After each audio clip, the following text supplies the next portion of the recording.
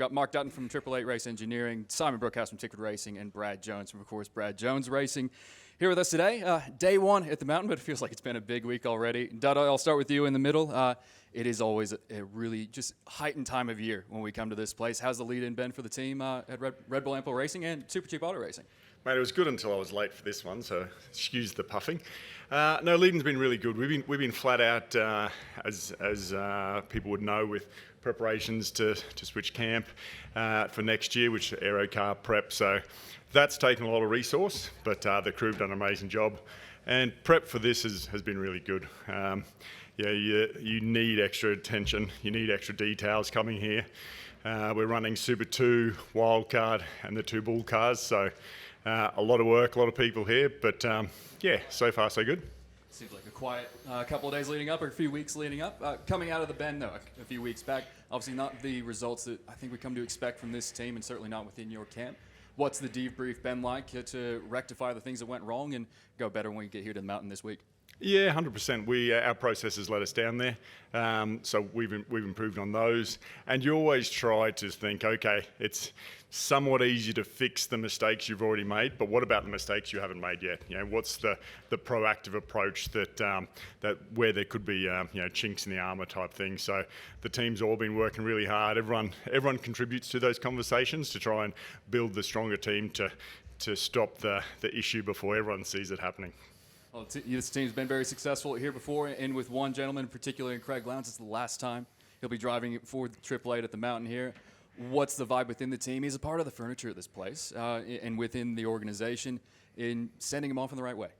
Yeah, 100%. It is a sad thing. He's been there. He legitimised Triple Eight back in the day. It was such a coup to get him to come over to us before we'd done anything really. We hadn't won anything, and so Lowndes to have the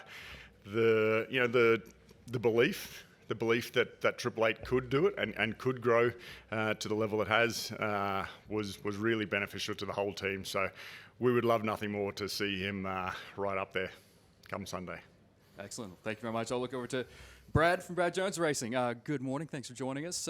First win of the weekend, I said last night with Andre, went to you guys in the Pit Stop Challenge. Congratulations. How does that set up your weekend here?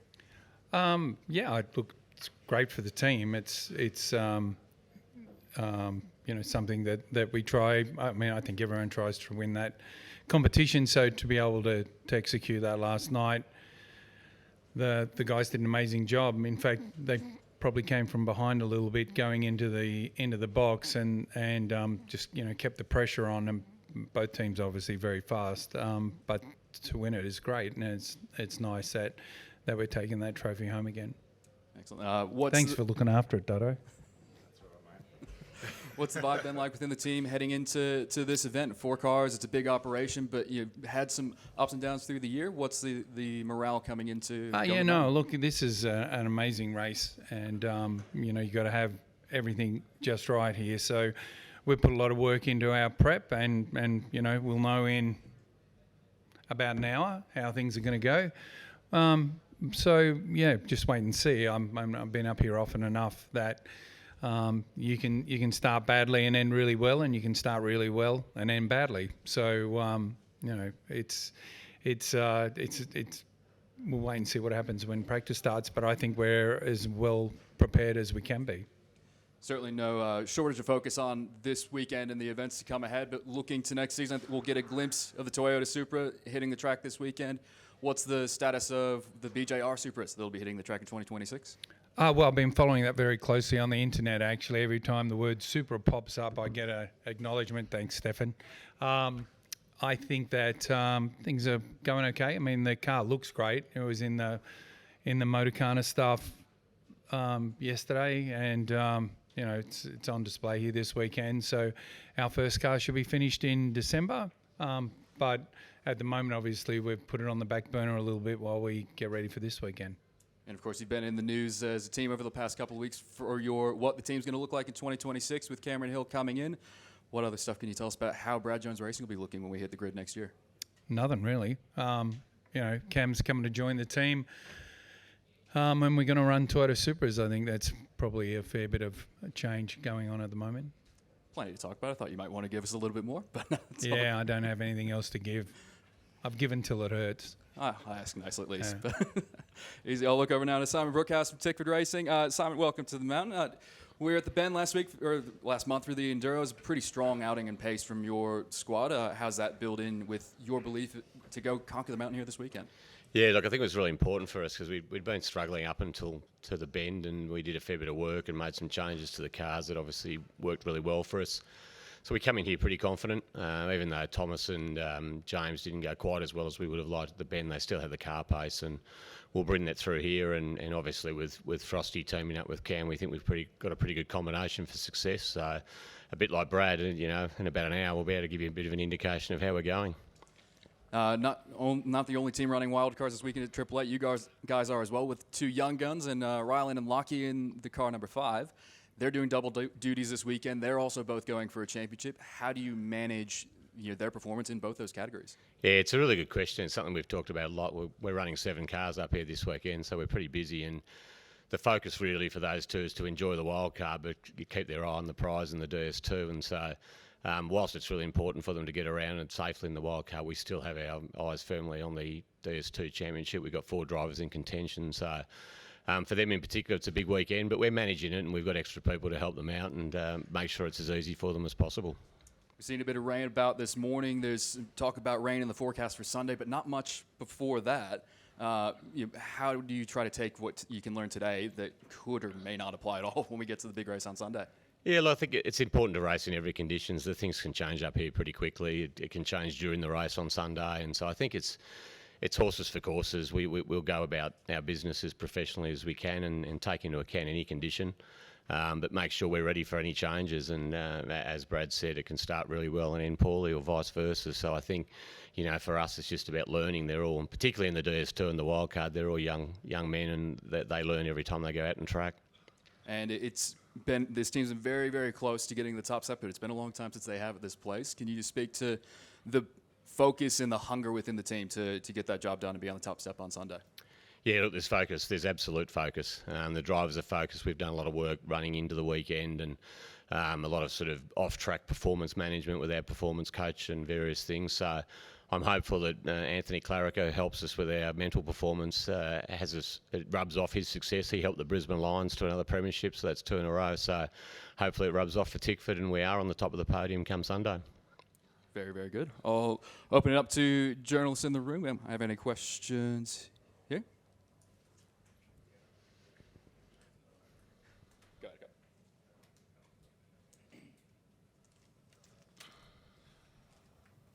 Brad, I'll start with you. Fantastic. $20,000 should be a good Christmas party. Should be a good Christmas party, but it's actually morphed into much more than that. I think having that opportunity to compete in the pit stop challenge on a Wednesday, and what that does for team morale, and how it highlights competition and gives them such a kick. I think there's probably more in it from our side for that. I mean, sure, the 20K doesn't hurt, and I'm sure it'll be a ripping Christmas party, but to see the guys celebrating the way they did last night is really where it's at from a team perspective. I guess that comes at a good time when Andre is right on, the edge of the finals. Had a bad run at the Bend, and the Bathurst hasn't been overly kind to him before, but I mean, he's obviously your main shot at finals. Yes, definitely our main shot at finals, and had a terrible run at Tailem Bend. Dropped us down 2 spots in the teams championship, so that'll indicate how bad it really was. So for the whole team. So this is an opportunity for redemption, and I feel like,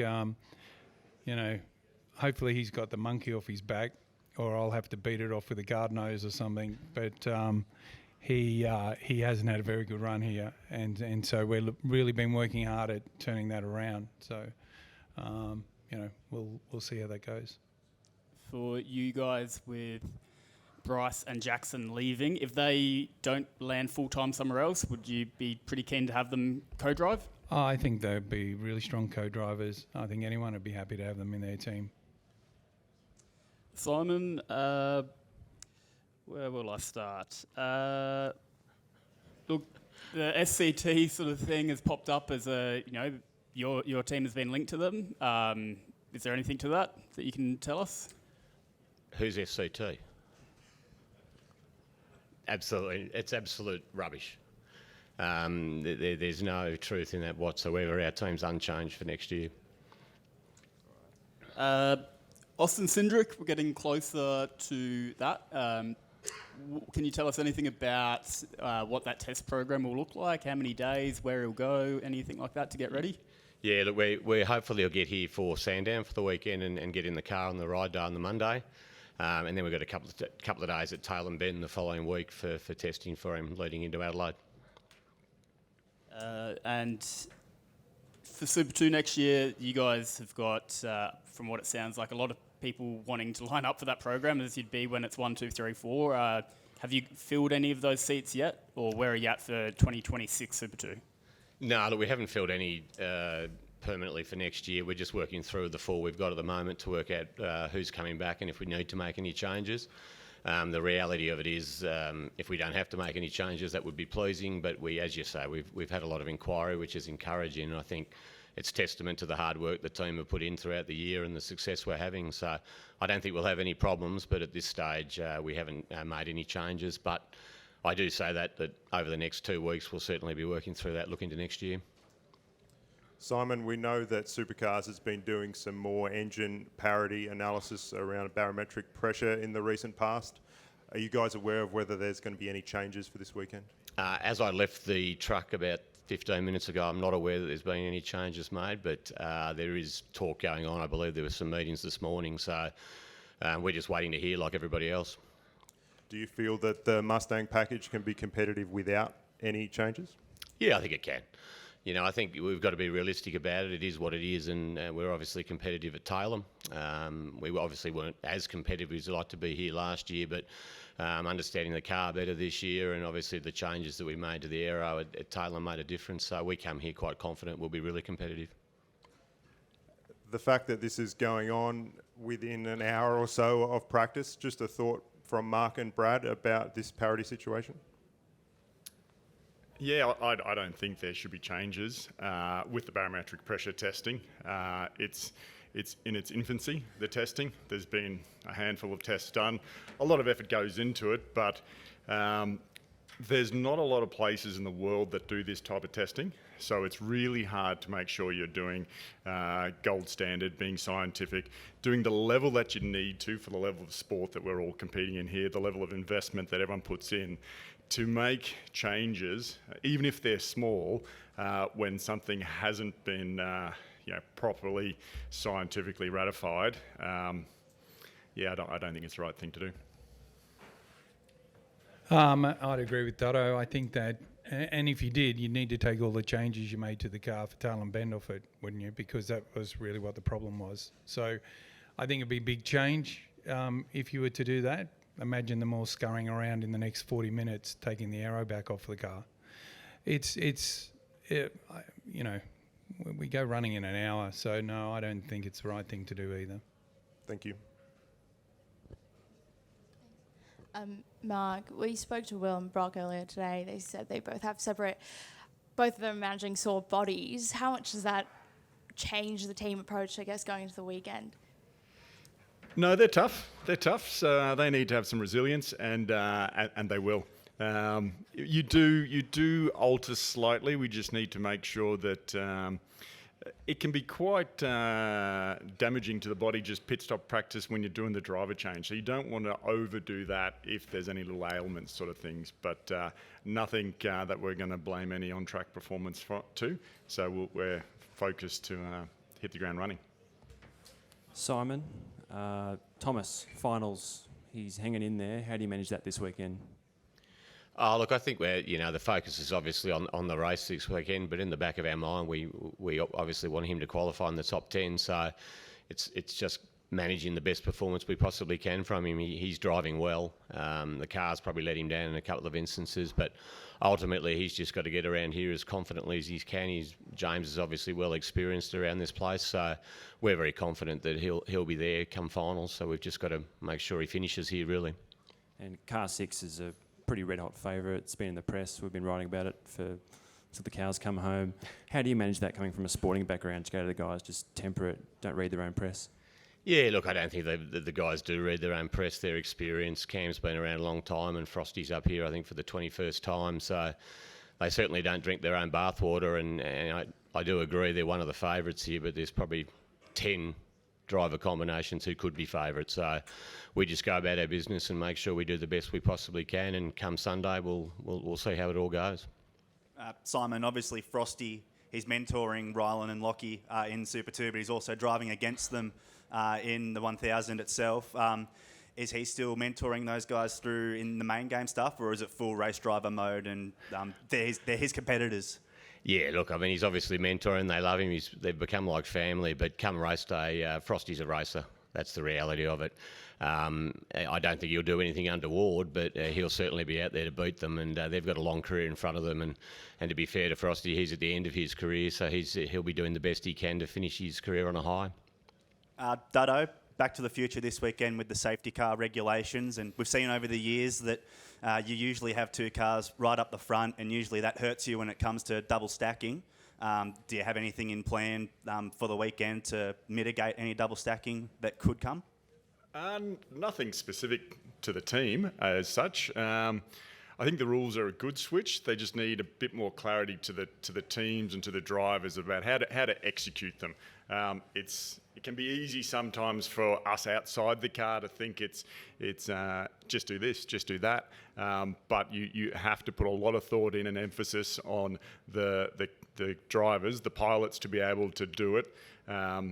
And do it accurately, and be able to have the confidence that what you're doing means that you're first and foremost being safe. They can all handle that, but it's the performance side of it as well, to make sure that it's the biggest race of the year. We're going in with a few too many unknowns. Definitely a supporter of the direction, but some of the details, devil's in the details. Brad, obviously another gun co-driver has just come onto the market in Nick Percat, a former driver of yours. Would he be welcome to come back to Albury in a co-driving capacity? I've always had a great relationship with Nick, and obviously you've got to look at everyone that's available at the time. So I've never had a major hiccup with him. I mean, it wasn't all that pleasant when he left. So, but I think we've gotten past that. One more for me, just on calendar. Usually by now, Bathurst week, often calendar gets announced. It doesn't sound like that's overly close. I guess probably especially to Simon and Brad. Where do you feel you guys, where do you feel negotiations are on that regarding the, number of events and whatnot? I can answer that. Ongoing. Succinct. Last call for any questions. Thank you very much, gentlemen. Appreciate your time, and we'll hit the track very shortly for the first practice of the Repco Bathurst 1000. Go well. Thanks, everyone. Thanks.